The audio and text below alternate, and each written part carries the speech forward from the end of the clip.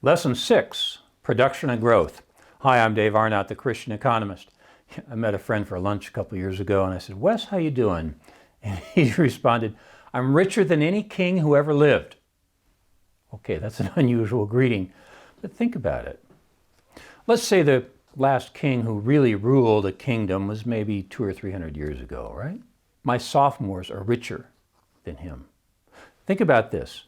He had a choice of just about any food that was available, but only in season.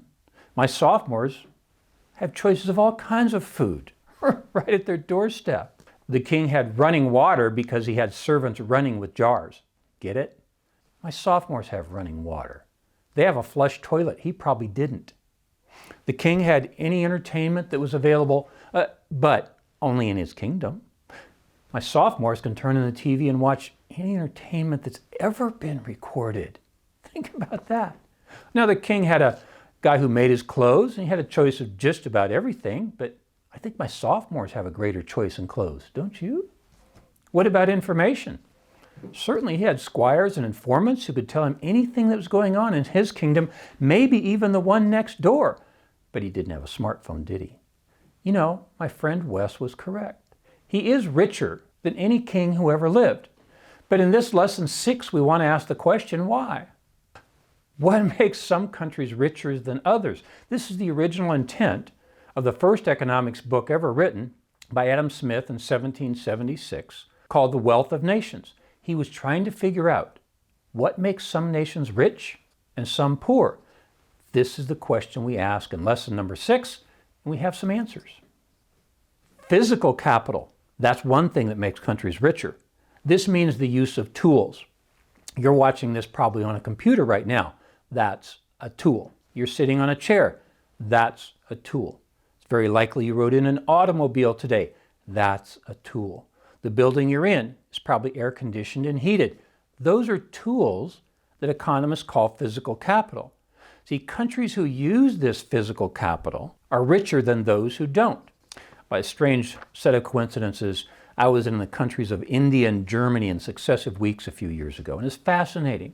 One place in India, I saw a guy wearing only a loincloth, not even shoes, using a pickaxe to dig a hole for a tree. The next week I'm in Germany, 2 guys pull up in a truck to repair potholes in the pavement of the street. See, Germany is rich, they use tools. India is relatively poor because their poor use of tools. In economics, we call this physical capital. Human capital makes countries richer. Now, for my sophomores at Dallas Baptist University, I mentioned it's education. The statistics have shown over years that every year of college education improves their salary by about 10%. Now, that's not perfect, but do you get the point? Human capital creates more economic goods as it gets more educated and is better able to use the resources at hand. Here's a fascinating example. Spain, in the 14th, 15th, and 16th century, raided Central and South America of all its gold, took it back to Spain. So why is it today that Spain is not one of the richest countries in the world? You know why? Because they took all that gold and they bought resources with it. They didn't build any human capital. They didn't learn how to create anything. They just spent it. I tell my sophomores, you have to delay gratification. If you delay the gratification of going out to work where you could make money, but instead you go to college to get an education, you'll have greater human capital and you'll be worth more to the people around you. If you love your neighbor, you will provide products and services they demand. If you love yourself, you'll make a profit while doing so. Greater human capital makes countries richer.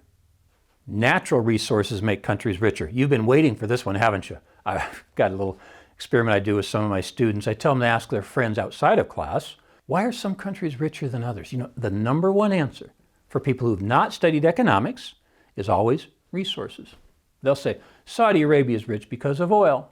Brazil is rich because of tin and silver. Yeah, well then what about Argentina? Argent means silver. It is the land of silver. Why is it one of the poorest countries in the world? On the other end of the spectrum, why are Hong Kong, Singapore, and Japan, 3 of the richest countries and regions, I know Hong Kong's not a country, regions in the world when they have almost no resources. You know why? They trade. See, natural resources make some contribution to wealth, but not a great deal. As I'm recording this, Venezuela has the greatest oil and natural gas resources in the world. Yeah, I know the first time I read it, I had to read it 3 times, and I looked it up to be sure. It is true. Venezuela has more oil and gas resources than the US, Canada, Russia, Saudi Arabia. Why is it 25% of the population is left? Because there's not enough food in the country. There's not enough medical care in the country. You know why? It has nothing to do with natural resources. So natural resources make some contribution to a country's wealth. But the 3 things we just talked about have a lot more to do with it than do natural resources. Technology makes countries richer. This means the ability to use information. Now, it's often said that information is good, but can you use it? Do you have the wisdom, to use a biblical term, do you have the wisdom to use this information? See, countries that have information and have the technological ability to apply the information to resources so they can create value for one another are richer than those who do not. Policies that promote production. Okay, I wrote this one, but it's not that brilliant. I've often said there's one thing that separates rich from poor countries, and this should be built upon the things I've just been talking about. It is policies that promote production. This is why economics is so important. And it's why Hong Kong, with almost no resources, is one of the richest areas in the world, and Venezuela, with great resources, is one of the poorest. It is because of their policies. Hong Kong has policies that promote production. As I'm recording this, is a question of whether the country of China will take those away. So why are we so worried about that? Because it's those policies that's made them rich. Venezuela does not have policies that promote production. What are those policies? I don't have time to get into all of them today, but here's just 2 of them for you. One is private property. Yeah, that computer you're staring at, I'm guessing you own it. That's private property. This podcast that I'm doing today, I own it. It's private property. See, in America, we just take this for granted, that private property is always ours. This has not always been the case. And as government intrudes into the private sector, there's less private property.